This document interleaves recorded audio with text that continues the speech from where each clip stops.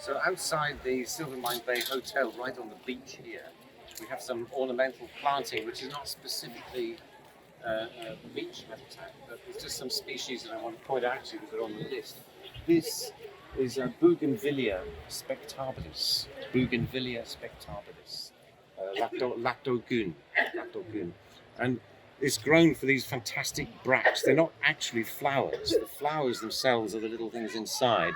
These purple bracts are kind of leaves that have been adapted to perform the same function as petals, to attract insects to pollinate the plant.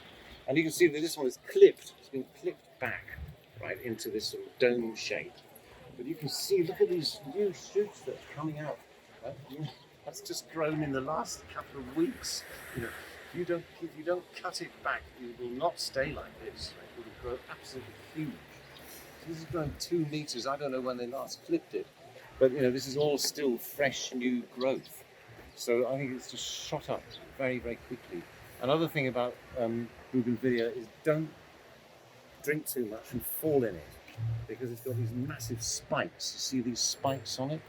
So these are really vicious spikes. So Bougainvillea, grown for its beautiful coloured bracts, but it's vicious spines. So not something that you would normally plant next to a playground or something like that.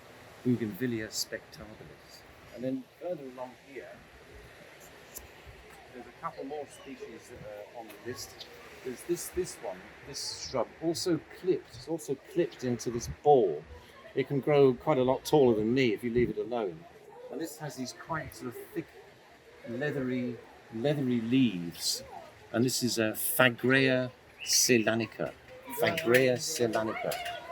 And the leaves are arranged in an opposite arrangement. You can see that the leaves are arranged opposite.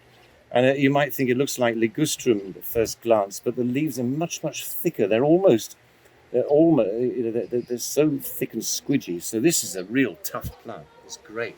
It can tolerate a lot of different situations, and including here on the beach, right, where it gets very windblown. We have another species here, which is a shrub with a rather awkward name, Excoecaria cochinchinensis. Excoecaria cochinchinensis. And this is an ornamental shrub that's grown for these lovely purple leaves. You see the underneath of the leaves, this gorgeous purpley colour. And so this is a very small example. I mean, this again can grow to quite a large shrub. And it's got little teeny weeny flowers. Look, it's got little tiny flowers, but they're not, they're hardly visible, except if you really focus on them. It's grown for this very attractive foliage. And this is just another shrub. Again, this one's being clipped back. This can also grow taller than me if we leave it alone. Excoecaria cochinchinensis.